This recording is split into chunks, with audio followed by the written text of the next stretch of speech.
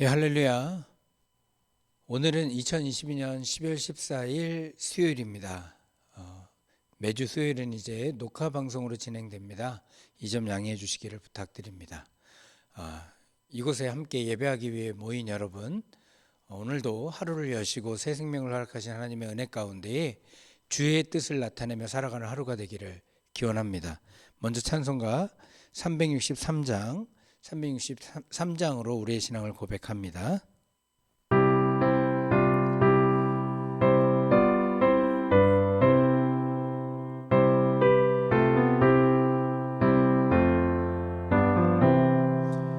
내가 깊은 곳에서 주를 불러아뢰니 주여 나의 간구를 들어주심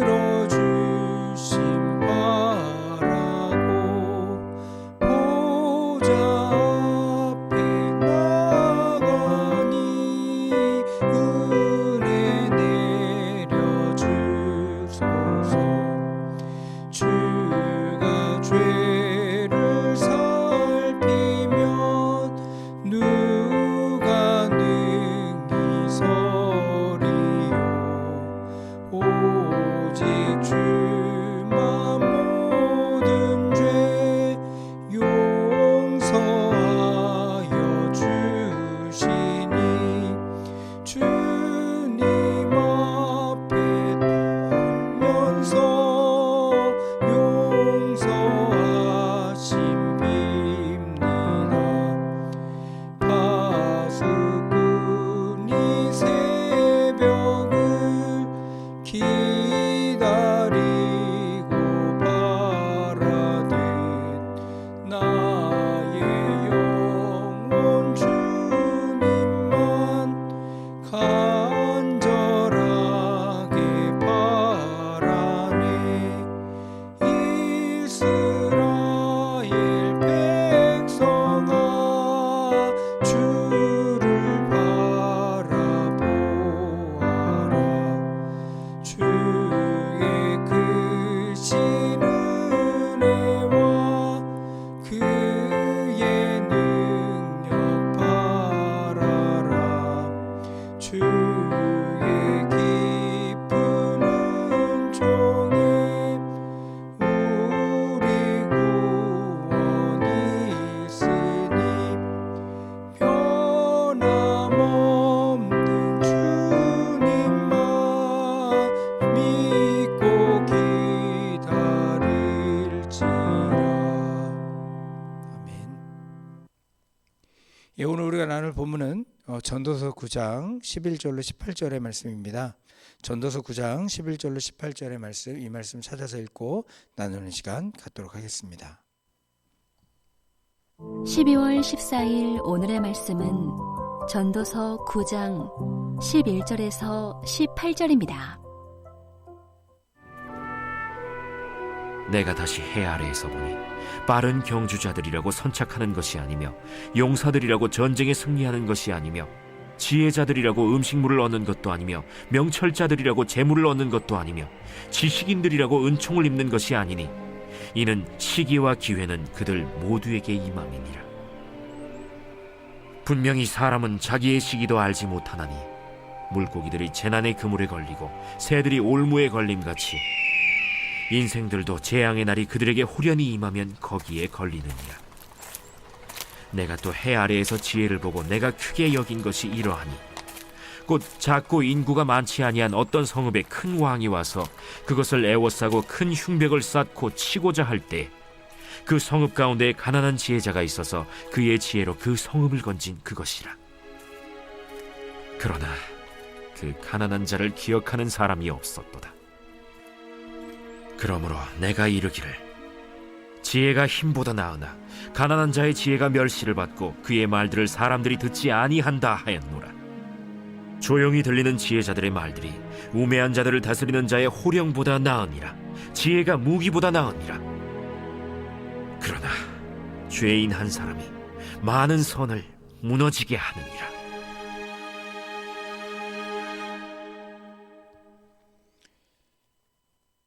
오늘 본문은 우리 인생들이 하나님과 분명히 구분되는 점을 밝히고 있습니다. 다른 무엇보다 우리들이 가진 지혜의 한계로 인해 우리의 삶, 특히 시간에 속해 살아야 되는 인생의 모습과 우리에게 주어지는 기회가 단회적이라는 돌이킬 수 없는 상황 속에서 언제나 우리의 삶이 예측 불가능한 상황이라는 사실을 깨닫게 하고 우주 안에서 벌어지는 모든 일들을 주관하시는 하나님을 의뢰하지 않는 해 아래 속한 인생의 허무한 삶을 드러내는 본문입니다.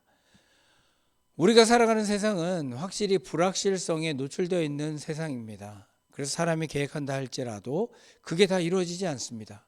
심지어 이전에 통했던 모든 기술과 노력이 어느 시점에는 전혀 통하지 않고 막히는 경우도 보게 됩니다. 이것은 시간적인 상황뿐만 아니라 공간적 상황에도 적용되어서 이곳에서 가능하던 일이 저곳에 가서는 불가능한 일이 되기도 하는 것을 우리는 보게 됩니다. 이렇듯 세상은 불확실성에 놓여 있습니다. 이렇게 불확실성의 세상에서 믿는 자들의 반응은 어떠해야 되는가? 오늘 본문은 믿는 자들이 이런 불확실성의 상황에서 잊지 않고 생각해야 될 것이 무엇인지를 분명하게 우리에게 보여줍니다. 오늘 말씀을 나누며 우리의 모습을 돌아보고 참된 그리스도인들이 가져야 될 그 삶의 자세에 대해서 생각해 볼 수 있는 시간 될 수 있기에 되기를 바랍니다. 먼저 전도자는 인간이 가진 능력과 성공이라는 인과관계에 대해서 설명합니다. 이 땅에서 성공을 위해 우리에게 그에 필요한 능력이 있어야 된다는 것은 분명합니다. 또한 성공을 위한 노력도 필요합니다. 이 모든 것이 바탕되어질 때 우리는 비로소 바라는 결과를 기대할 수 있게 되는 겁니다. 그러나 그것이 꼭 우리가 기대한 결과를 가져온다라고 보장할 수는 없는 겁니다. 그래서 전도자는 이렇게 말합니다.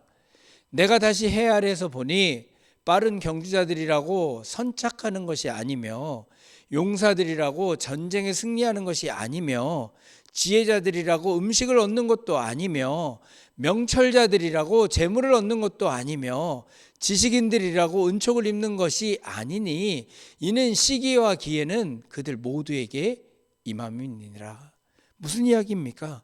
세속적 의미에서 인생의 성공과 실패는 항상 인간 자신의 능력과 도덕적, 인격적 자격에 따라서 결정되는 것은 아니다라는 것입니다. 이게 현실입니다. 그렇게도 높은 능력을 가진 자들이 인간이 통제할 수 없는 그 미묘한 요소들에 의해서 성공하지 못하는 경우가 빈번한 것이 세상인 것입니다. 그래 전도자는 말합니다. 그저 모든 일들은 적절한 때와 기회에 따라 발현된다고. 그때를 우리가 모르기 때문에 우리의 능력이 아무리 뛰어나도 결국 그것이 무익해지며 허무한 결과를 가져올 뿐임을 분명히 하여 인생의 한계와 허물을 이야기합니다.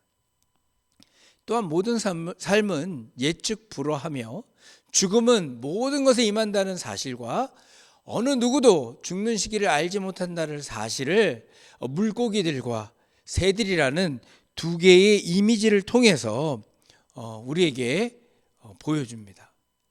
이렇게 우리 인생의 한계가 분명하다는 것을 이야기합니다. 이런 한계 속에 우리가 살고 있음을 우리가 잊지 않아야 됩니다.